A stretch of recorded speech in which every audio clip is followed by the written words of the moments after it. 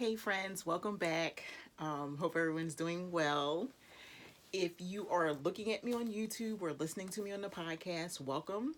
If you like what you hear, please subscribe to the YouTube channel and to the podcast. I am just cross posting as I tape here, it's going right onto my podcast. So I just want to thank you in advance for watching and listening. And today I wanted to talk about um, something like it's not unique. I don't even know if that's the word. Like I have been like really trying to build this Am I Really Bald platform up, and it's just been something that's kind of been on my heart. And it's really not even for anyone else, it's for me. That's kind of how I start Lily.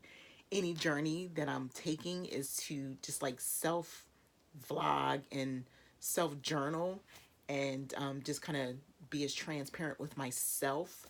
And, YouTube and podcasting are a really good way to just kind of release that.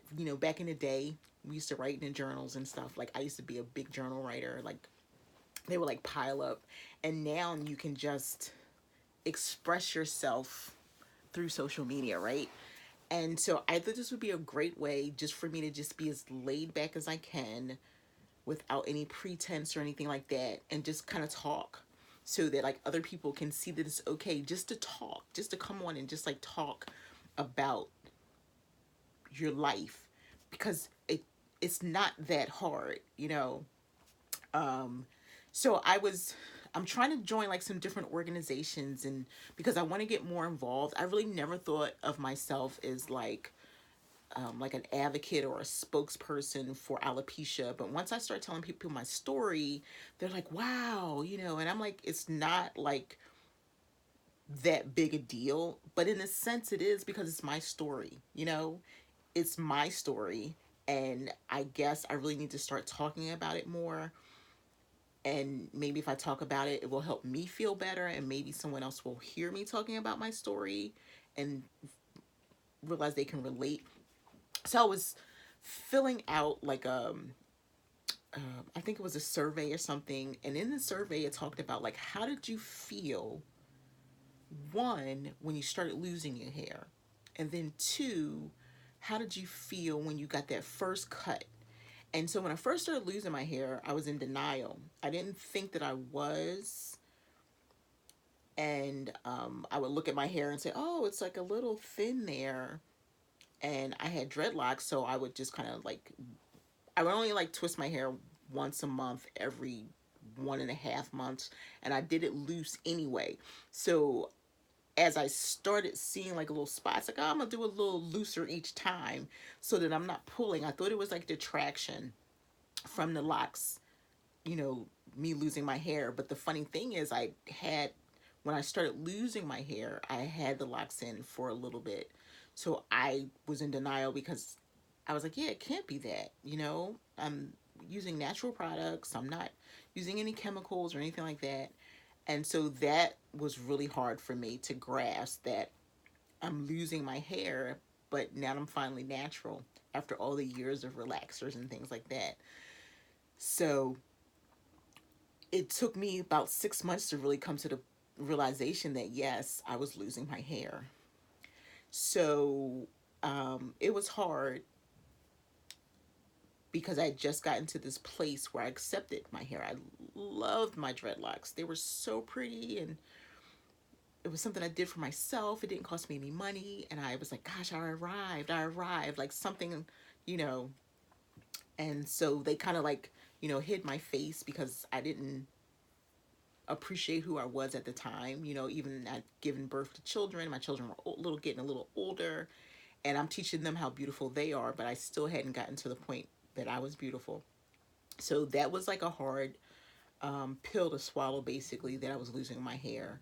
And I just kind of started just like leaving my locks alone, because I figured like if I did a test, if I didn't twist it or if I left it alone, and as long as I looked neat, or maybe fix the ones in the front because I was losing the hair in the middle, that it would go away and the hair would start growing in. And it just didn't work. And that's when I started like, getting into like the creams and the shea butter and all the things that I thought would help me, not realizing at the time that it was hereditary and it was an autoimmune situation that I couldn't control, even, you know, years later when you realize that there are drugs and things out there, it was still, you know, kind of meant to be. So I didn't, you know, cry or anything, but when I got to the point that it was time for me to cut my hair, that was a defining moment for me. So I just got married because I telling my husband, you know, my new husband, like, even before we got married, oh, I think I'm losing my hair. And he was like, you're going to be beautiful no matter what, you know. But I'm like, yeah, whatever. And that's really my realities, because when you don't feel beautiful, or you haven't figured out who you were, no one can say anything to, you know, convince you that you're beautiful. So we got married, and I'd said in the previous video that he lived in Delaware, and I mean, yeah, he lived in Delaware, and I was in Philly, and I stayed in Philly until my children finished school. So he didn't see me. He only saw me like on the weekends or once or twice a week, you know, because we were commuting back and forth. And so he wasn't really getting the grasp of like how I was feeling. We weren't like Skyping or anything. We were just like talking on the phone and stuff. So finally, the night before I was supposed to go to my children's report card. Now, mind you, my husband, his name is Thomas. We had only been married for 3 weeks, and I was supposed to go to my children's report card because this was just before Christmas break. You know, you get the report cards, then you go off the break. And I just stood in the mirror, and I gave myself a self talk. I'm like, it's just do it, because I had convinced myself that it was the lock. So I was, you know what, you're gonna do it. And I hadn't been to the doctor or anything. I'm just gonna cut it off. So I went and I stood there for about 10 minutes first, convincing myself to do it, and then finally I just started cutting. And once I got into it, it was too late. So I cut to the point that it was, because I had, like I said, I'd stopped twisting it, so it was enough bush. And that I also did that because I knew eventually I probably would have to cut it. So it was probably about a half an inch of, you know, a fro underneath the lock. So I cut it, and of course everything was all chunky and uneven and everything. And I looked at myself, and I bawled, you know, for about an hour, just standing in front of the mirror, just looking at myself like, wow, turning around, taking a mirror, looking from the back, from the front to the back. And I just, wow. So the next morning, I called my friend who's a barber, and I just said, can you fit me in sometime this week? Because I figured I'd wear a hat to the report card. And she says, nope, come on, let's, you know, she actually came and got me, took me to the barber shop, and she gave me a cut. She tapered the sides, and it was like a little at the top. And that was like, wow. I sat there, and she's like, you're okay. And I just teared a little bit, just because we were in this, you know, she cut hair in a salon, and I had somewhere to go. And I'm like, okay, we got to go. So she took me and dropped me off. And I didn't have time to have a reaction, because I had to go to the report cards. My husband had driven in, and he was like, oh, wow, I love your hair. I hadn't even figured out how I felt about my hair. And then I'm going in, and I'm seeing moms that I know and seeing teachers. And it was just crazy. And I just kept feeling it like, yeah, it's gone. It's gone. It's gone. It was cute, you know, and I was like, I guess it was cute, but I still didn't like my face, because I didn't like my nose, and I didn't like my lips. And I'm like, at the time, I was like 42, you know, I'm 50 now. So it was a challenge, to say the least, you know. And I got home after report cards, and I dealt with my kids and everything, and I just cried for, you know, I cried for a couple days. And my husband couldn't convince me that I looked okay, and I couldn't convince myself that I looked okay. And I cried, and I just was like, hey, can you do? But that's my truth there. I just wanted to kind of share that. Um, I don't have a lot to say for people who have to experience that. I can only come from my own experience.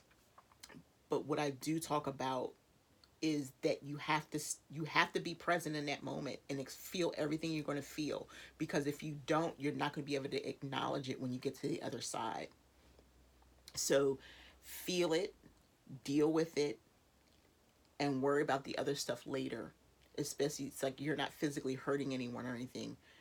But talk about it if you can. Like, I didn't have a support. I didn't realize that other people that I knew were going through the same thing. I didn't understand that this person was wearing a wig because they were going through the same thing. And so I didn't have the support that I needed. And I also didn't realize I needed support. This was something that I went through 100% alone. And that was the other thing, too, that if you're going through something like this, start looking, seeking help. And now with like social media, it's so easy to find what you're looking for. So I say start looking on Instagram, hashtagging alopecia, whatever type of, even if you don't know that it's alopecia. Like I didn't know that was a name for it. I just knew that I was losing my hair. And the way that can even think, the way that I thought about it was that my father and two of his brothers were bald. His father was bald, so I figured, I'm getting bald because of my family, which is halfway true, but at the time I didn't know it was alopecia, and I wouldn't find that out for 6 months later and explain what it was and why it happened to me, not realizing that people had been going through some different, it's all kinds of alopecia. And so for me, it was just me in that moment, nothing beyond that. But right now, if you're dealing with something, hashtag hair loss, start looking for some organizations, go to a doctor, try to find out right now what's going on. And then that way you can deal with it, look for support, and, you know, come on the other side a little bit stronger. So next time I'll talk about some other things. I don't want to give everything away because I want to have some things to talk about, when we get together.